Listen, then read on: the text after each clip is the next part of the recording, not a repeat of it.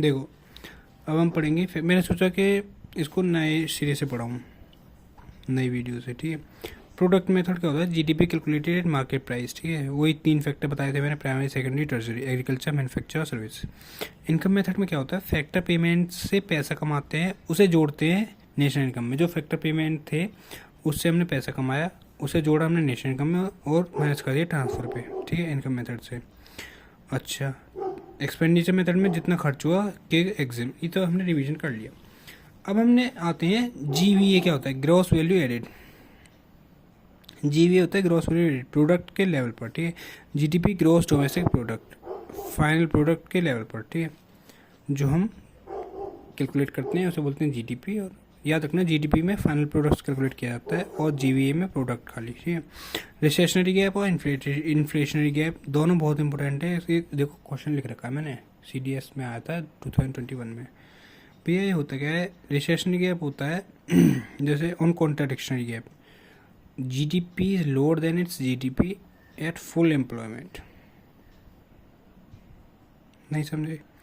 अब अभी आएगा, देखो सीडीएस, ठीक है, 250 स्कोर करें हैं सीडीएस में, 230 स्कोर करने हैं, बट 100 ही कर पाए तुम, उसमें से 130 बच गए, ठीक है, तो उसको बोलेंगे हम इन्फ्लेशनरी गैप, जो 130 की है बचे हैं। और 250 करने थे, 100 तक ही करे, पहले ही रुक गए 100 पे, उस 100 को बोलेंगे हम रिसेशनरी गैप, ठीक है। क्वेश्चन क्या आया था भैया? बेटा क्वेश्चन ये आया था, where when equilibrium level of real GDP falls short of potential GDP is known as R ji.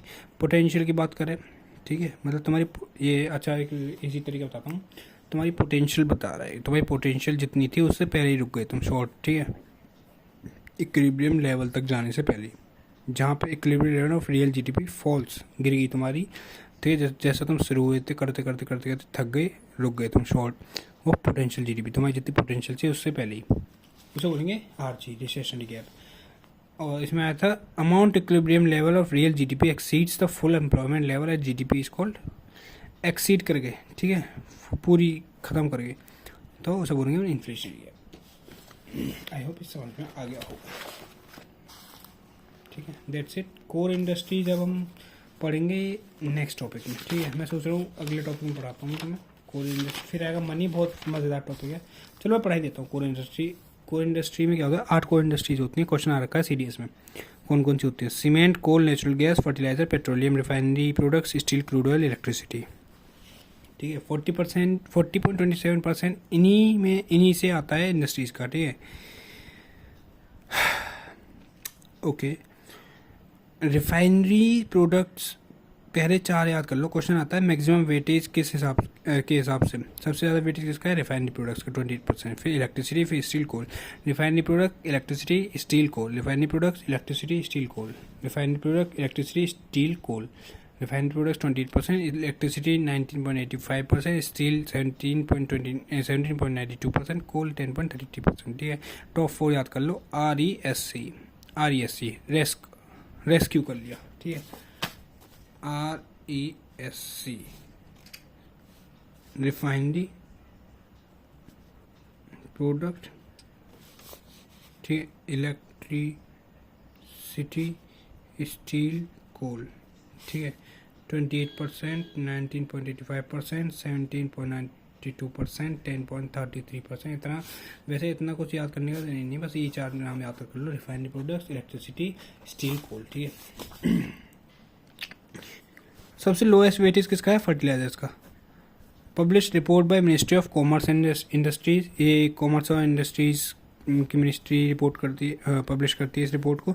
Base year क्या मान रखा है हमने? 11 से 12, लेकिन अब एक बार क्वेश्चन आया था, नेगेटिव ग्रोथ किसकी थी? Crude oil and natural gas, 2024 में भी और 2011 में भी यही क्वेश्चन आया था, ठीक है। तो अनफॉर्चुनेटली 2024 में भी क्रूड ऑयल की और नेचुरल गैस की ही नेगेटिव ग्रोथ रही है, और पॉजिटिव ग्रोथ कितनी? 13%, किसकी? सीमेंट की, याद रखना। तो कौन कौन सी आती है कोल इंडस्ट्रीज में? Coal, cement, coal, natural gas, fertiliser, petroleum, refinery products, steel, crude oil, electricity. तो सबसे पहले कौन सा था? रिफाइनरी प्रोडक्ट, फिर इलेक्ट्रिसिटी, फिर रेस्क्यू, इसे याद रखो, ठीक है। रिफाइनरी प्रोडक्ट, स्टील, और ऐसे sorry, refinery product, electricity, steel, coal. मैंने आँख बंद कर रखी थी ना, सोच रहा था। Refinery product, electricity, steel, coal, याद करो। Refinery product, refinery products, electricity, steel, coal. Refinery products, electricity, steel, coal. Cement, coal, natural gas, fertiliser, petroleum.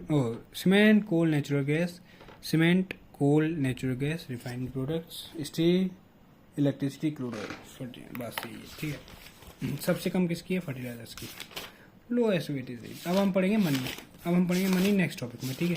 उसके बाद कुछ नहीं है, फिर PYQ छोटा सा ही है। चलो, थैंक यू।